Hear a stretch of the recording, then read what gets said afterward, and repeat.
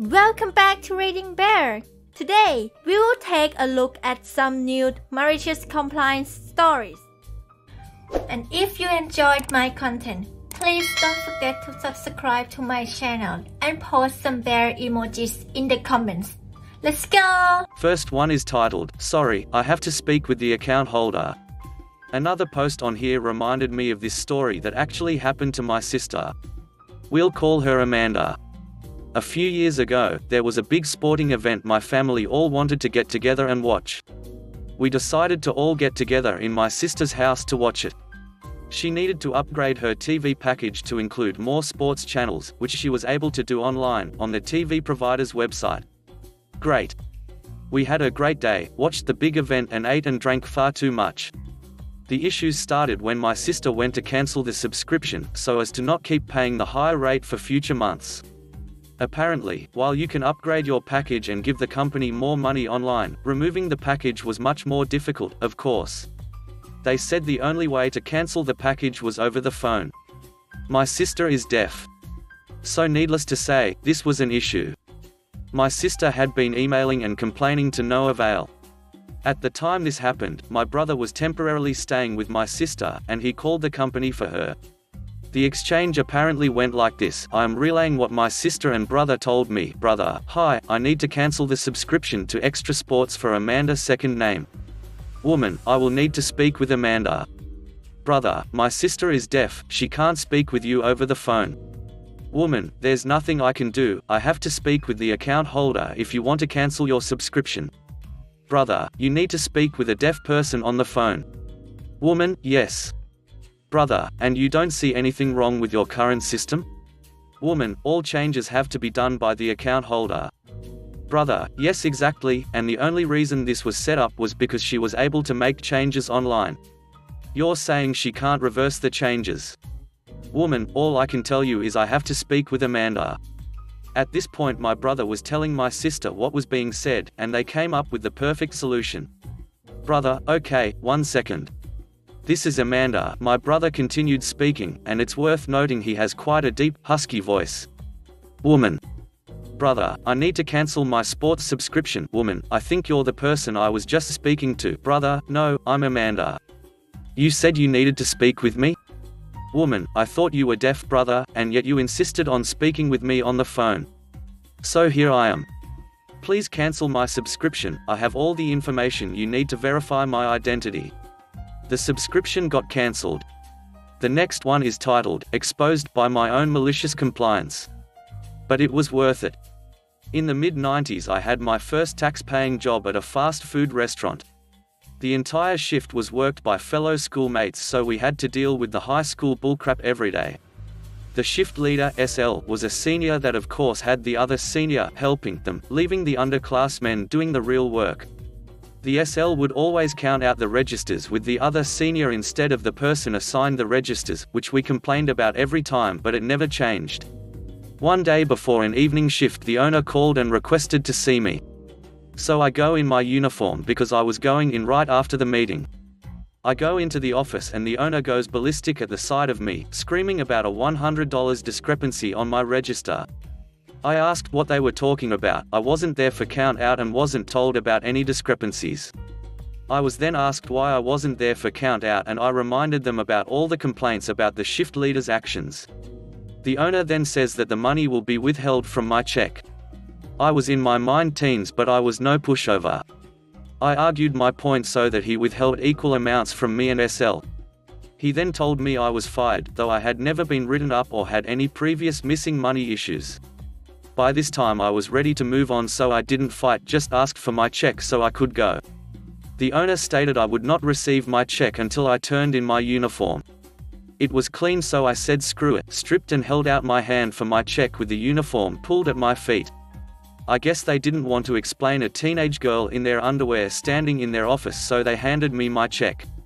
However, my mother had my car that day, so I walked home in my underwear. A bra and underwear is just like a bikini, lol right, was the only thought going through my head the entire trip. So that's how I got exposed by my own malicious compliance. And I still think it was worth the look on the owner's face. The next one is titled, "Have the Students Build It?" I am a technology education teacher who always went above and beyond for my school, students, and administrators. I spent countless hours designing and building things for the school, i.e. signs, murals, wall art, games, etc. I really didn't mind because I enjoy the design challenges that go along with these builds. That was until I received a pink slip. For those of you who are not aware, a pink slip basically means that I may be losing my job the following school year. This really pissed me off because I had received great observations, became a role model for my students, and put in dozens of unpaid hours to create these side projects for the school. I had a meeting with my assistant superintendent who basically told me that she appreciated all of my hard work but didn't see much value in my program, and with budget cuts coming down the pike I would most likely be losing my job. Now it needs to be mentioned that tech ed is not like the traditional shop classes of the 70s where students would build birdhouses and ashtrays. My curriculum focused primarily on STEM with heavily involved hands-on applications. I related otherwise dry material to awesome projects that all students enjoyed. Kids actually liked their schoolwork, and she knew it. It's also worth noting that both the valedictorian and salutatorian were going to Ivy League colleges to pursue STEM degrees. Needless to say, I was beyond livid. The week following the meeting, my principal asked me if I was interested in building some new games for the cafeteria that students could play when they finished eating. Easy table games like mini knock hockey, checkerboards, etc. to alleviate students from getting out of control. I explained that I could not complete the project, and that was that. Until the assistant superintendent caught me in the hallway and told me, just have the students build it.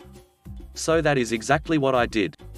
I tasked my laziest and most unqualified students for a special project, the result of which was glorious. Checkerboards that didn't have squares, knock hockey boards with splinters and uneven goals, laser-engraved puzzles that did not fit together. I thanked the students and asked the assistant superintendent to come on down to my lab because the student projects were done and they were excited to show them off. In she walks, and upon seeing the projects looks me dead in the eye. She now has a decision to make: 1. Ask me what the hell happened, or 2. Tell the students to their faces what a great job they did. She opted for choice 2, going on and on about how great everything looks and how proud she was of the students, while I had the biggest smile on my face knowing how crappy they turned out. I thanked her for suggesting to have the students build it, as she left with essentially a pile of scrap wood. The projects never made it to the cafeteria. I resigned from that school and took a job that paid $12,000 more at a place where I was valued. They ended up keeping the position and begged me to stay on board.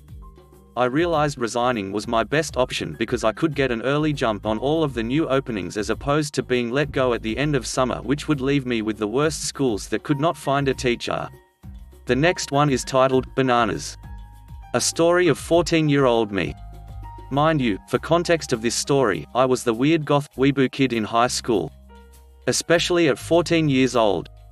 I wore all black, mostly crap from Hot Topic, or anime-related stuff, again, Hot Topic, and few kids liked me or found me attractive. I was just convenient, I suppose, to the boys in this story. When I was in high school, I decided to take automotive tech, literally a class in which you learn how to work on cars. Normally a path to a career in the field. A quarter of the classes were presentations from automotive tech schools. I took it to learn how to care for my own car and to learn how to not get screwed by a crappy mechanic, being a woman and all. As one would imagine, my class was mostly boys. I was one of 2 girls in a class of 17 or so. I was 14 years old, the age range of the class was 14, me the youngest, to 17, high school seniors. I love bananas. Like a lot.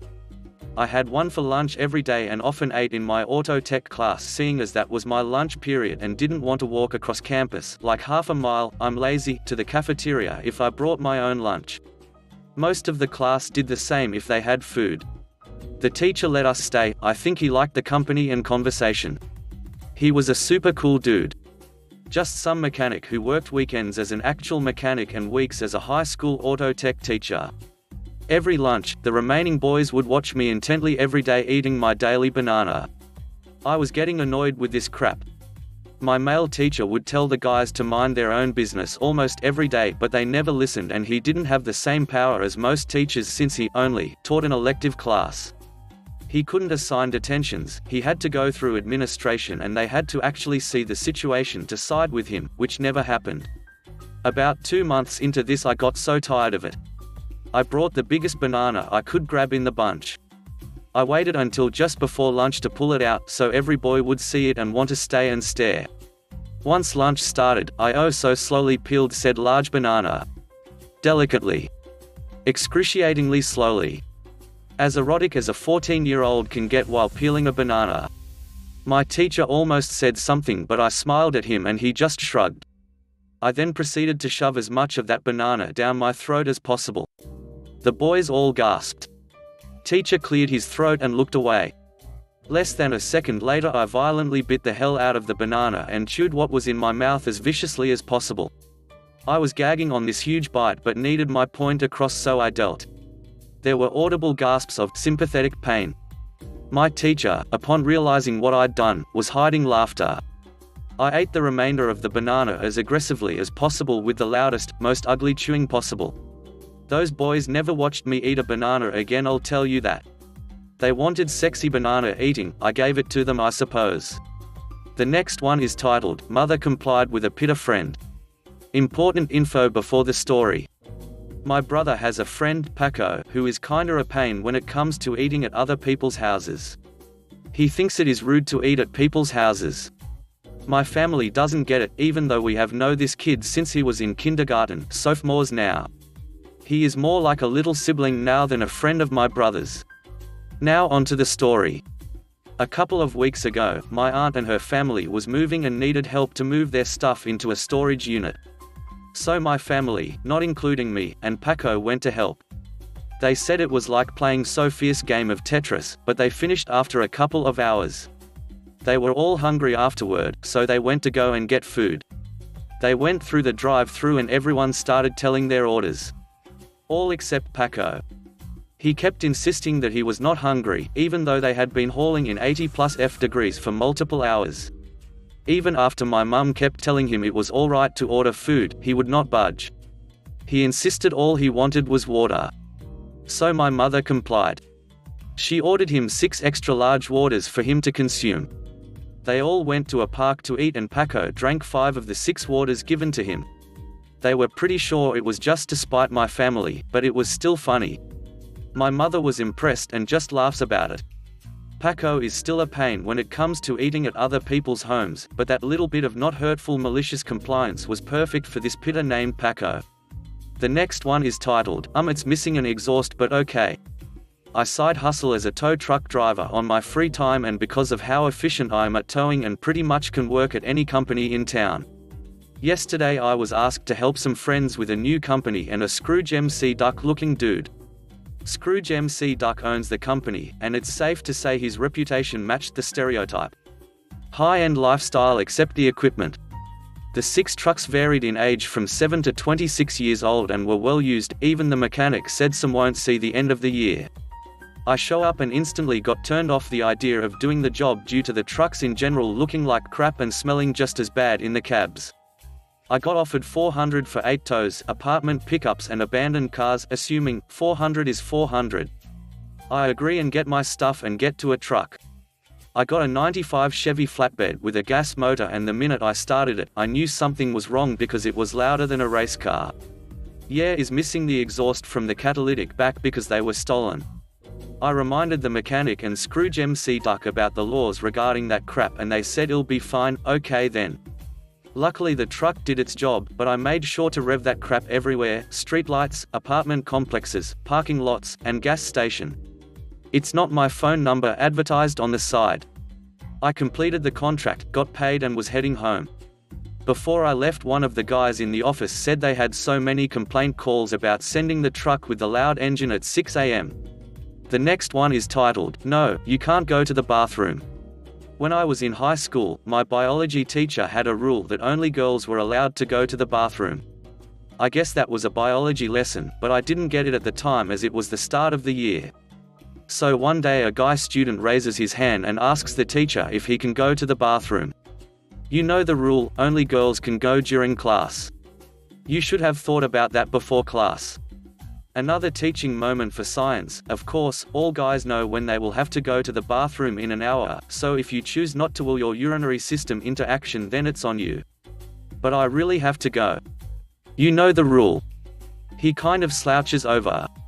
A few minutes later he stands up and the teacher looks as if she's trying to will daggers into his body with her eyes. He walks over to her desk and as she's sucking in all the air that she needs to berate him for his indecency, he also takes a final breath before vomiting into a mini trash can that simply was not up to task. She changed the rule, finally signifying that the study of biology at our school had caught up to fact. Which is how I know that evolution is a bunch of malarkey. The last one is titled, The Tale of 56 Yards of Rope. In my sophomore year of college, I found a job working at a high-end flea market type thing in a large tourist area by my school. It was a very cute curated selection of vendors who made various products from jewelry to t-shirts to prints you can hang on your wall. It was all expensive as hell, and I got a job working with a posh older woman who owns her own clothing line which we sold at this market. The clothes were nice, hand-printed, nice fabric, etc. I made $13 an hour plus commission, and it was a pretty easy job. Eventually I proved my worth and she had me do assistant work for her, which included picking the clothing up from our printers and printing labels and delivering stock to our 2 locations. She also became increasingly more neurotic, and I soon found out she was notorious for being a horrible person who everyone in the market despises. She burns bridges to the ground when she's done with you. Her attitude became worse towards me. She made me come in during a blizzard that caused a state of emergency, and I was beginning to realize her general mistreatment of me wasn't worth this money. Now every 3 months, the market requires a refresh of the booths and everyone closes down for a day and remodels their individual booths. They are small, I'm talking a 6.5 by 6.5 foot square that we have to work with. She was known for hanging the items from branches attached to the ceiling with rope, and she also had a beautifully made chandelier that was about 2 feet wide which was also hung by rope. Part of my duty as her assistant for the week was to buy rope. I am in the owner's $7,000 a month studio apartment with the assistant manager and an equally neurotic dog, and this convo ensued over the phone while my boss was on vacation. CO equals crazy owner. CO, Jade's addiction, we need rope for the refresh. We need to hang 4 branches and the chandelier. Me, I checked the measurements and it says the distance from the ceiling to the branches is about 4 feet. They are hung from the exposed pipe on the already low ceilings, so if we double the rope for each branch plus the chandelier, which will get another 4 feet, I say we at least get 85 feet to be safe, so we have enough extra if we need more. CO, that seems like far too little. Me, 4 times 2 is 8. 8 feet on either side of the branch is 16. 16 feet times 4 branches is 64, plus another 4 for the chandelier. CO, I think I have done this long enough to know more than you. We need 85 yards. Me, 85 yards is 255 feet of rope. There is 3 feet in a yard. Are you sure you don't mean 85 feet? CO, I know what a ducking yard is. Your measurements are off. I'll send you the money to pick up 85 yards.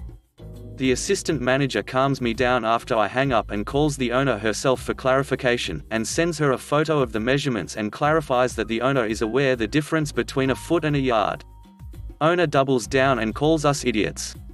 Hangs up again. At this point, my AM tells me to just get the 85 feet and call it a day, but I was so angry that I insisted I show her that she's wrong. AM reluctantly agrees. I get $20 and go to Home Depot for the rope. Of course, the max they have in the spool I saw was 50 feet. I need ducking 255. I explain to the worker and he gets me several spools, which cost about $30 each. Yet again, I send a photo to my boss and explain I need more money and make sure she's aware she's buying this much rope. Again, she sees me with 5 spools of rope and gives me the okay along with extra money. AM and I are in charge of supervising the guys we hired to help us assemble the new furniture we bought for our booth. Unsurprisingly, the furniture is too large for the booth because she didn't check the measurements, so we had to cut a cabinet in half. As it comes together, it's time to put up the branches with the rope. Again, unsurprisingly, we only use a little over 1 spool of rope. We now have 4 extra spools we don't need. The guys building everything call my boss to ask what to do with the rest of the rope, and she loses it. starts screaming that I was too irresponsible and should have gotten less and should have never listened to her, and I scammed her out of $100 to buy rope we didn't need. All the while, AM and I are standing there slack-jawed as the contractors get an earful on speaker. Everyone else refreshing their stations are staring at us, and I have tears in my eyes and 4 spools of rope. I also luckily have multiple texts including the photo I sent her of the spools as proof that I checked with her. I refused to return it, and said she can figure it out when she gets back from vacation. Surprisingly, she didn't fire me. She ended up returning the rope but never apologized.